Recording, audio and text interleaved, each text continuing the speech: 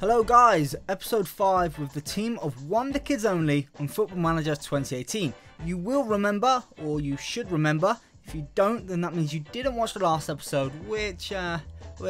Hey man, that's not cool. Basically what happened last week, it was me sending out a call, a cry for help. The Wonderkids were 16th, they were tanking and just drawing and sometimes losing. So your advice was needed. Mainly it was on the midfield. Instead of playing this 5-2, 2 wide attackers and then 1 up front formation, a little birdie told me we should stick to something more classic. 2 up top with 1 an attacking midfielder behind. No worries then, Clivert could operate there and Cookie could play as a trequartista. I think I'm saying that right, no idea, trequartista. Yeah, he can do that job. We tried it, we drew 1-1 with Preston. Keeping at it though, we then lost 1-0 to QPR. This is what really got under my skin. Again, honestly, we were the better team. More shots for instance, a little less possession, but look at QPR's foul stats. 21! Our poor teenagers were hoofed off the pitch. 0-0, no one said that. 0-0 would have been fair, but you remember I keep cussing about how at least one Wonderkid does something stupid like every game? Well, in this case, Delict shanked someone down in the box for literally no reason. A free kick, and there, clearly, you can see it right? Obviously, he pushes the other bloke in the back for no reason, and then that's how we lost. 0-0 with Brentford next. Long, silent pause. Who told me to sign Cutrone? It's alright, I'm bringing this up, yeah. Who told me to sign Cutrone for 18.5 million, by the way? Own up, go on, someone in the comments, tell us. I mean, he's still our best striker, but I was wanting sort of Tonton Zola Makoko. And if you don't get that, please Google his name, Tonton Zola Makoko. Yeah, Cutrone, 4 goals in 12 games, nah, we need more. So I converted back to the formation I was more than happy with at the start, but I did tweak something else. A clever little chappie picked up on this and he basically mentioned making a more even pairing of the midfielders. Before, one was a deep lying playmaker and the other was an advanced playmaker, which was to suit their traits, but now Tom Davies has been converted to a box-to-box midfielder and whoever plays in that role will do that job. A clash against the league leaders Bristol City then. We haven't won in 8 games. Hey, look at that! 1-0 top draw stuff. This is what dreams are made of. And look who scored. Getting box to box are we there, Tom Davies? Of course you bloody are. Here he is, picking up the pieces, back of the net. That's it, my son. Delightful.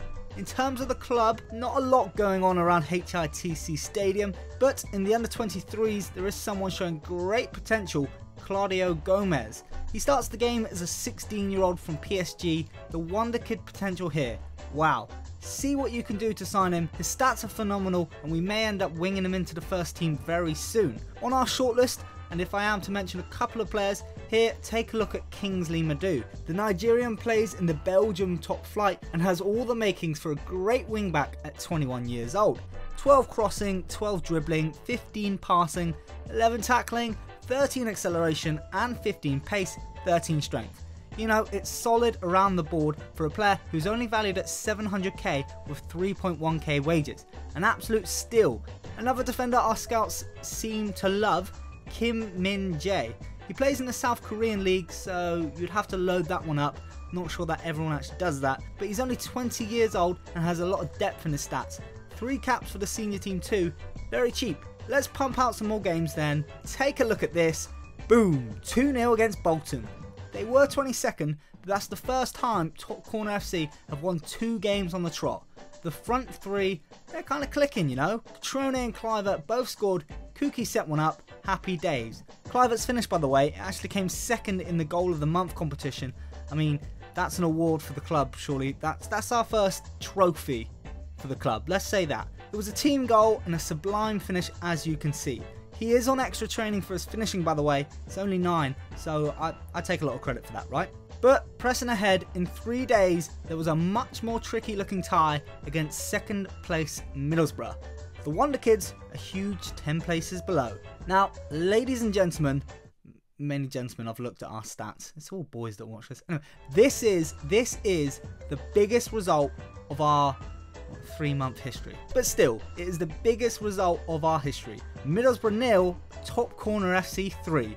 Away from home, we smashed it. I took a risk. Although Cutrone came on and scored in the last game against Bolton, as you know, I started our North Korean king Han Kwang-song. And boy oh boy did he deliver. He scored after just 26 seconds. Give this guy a shrine. Goddamn castle. Kuki, he got in on the action. He's our most consistent performer when it comes to attacking players, and he's our top goal scorer now. And also Reece Oxford, he raised like a salmon and finished off a punishing header. Oof. For sure, this is the first time all of our players have had ratings in the 7s or above. It's a sign of team cohesion, you know, finding the best players for certain roles. I'm happy as Larry, chaps. Who wants the match report? Yeah, you do. Superior finishing provides cutting edge for Top Corner FC. Who writes this magic? Middlesbrough's match against Top Corner FC will have been a moment Middlesbrough Duncan Watmore will want to forget, blah blah blah blah blah. Advanced forward Han Kwang-song got Top Corner FC off to a flyer by scoring a place shot into the bottom corner after just 1 minute. Ball playing defender Reece Oxford doubled Top Corner FC's lead with a close range finish into the bottom corner. Then inside forward Kuki completed the route with a close range finish into the bottom corner on 72 minutes. Yeah!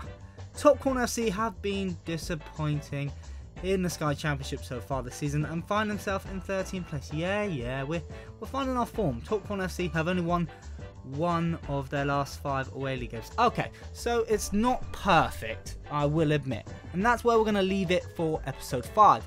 We are 13th, but now we have a foothold in climbing up the championship table. We've won 3 in a row, beating lead leaguers Bristol City and then 3rd place Borough. So screw the haters, we're 3 points off the 7th spot. We're gonna make this happen. Only thing I now ask from you guys is what to do with my strikers.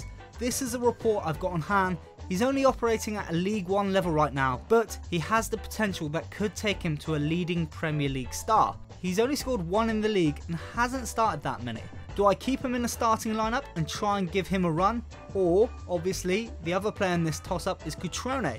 Usually our leading man, 5 goals in 13 games, but he seems to have lost a little bit of his swagger, you know? So, vote from the top right info button on your screen now, or just leave a comment.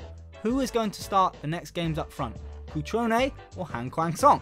Remember to like and subscribe. Long live the Wonderkids. Top Corner FC out.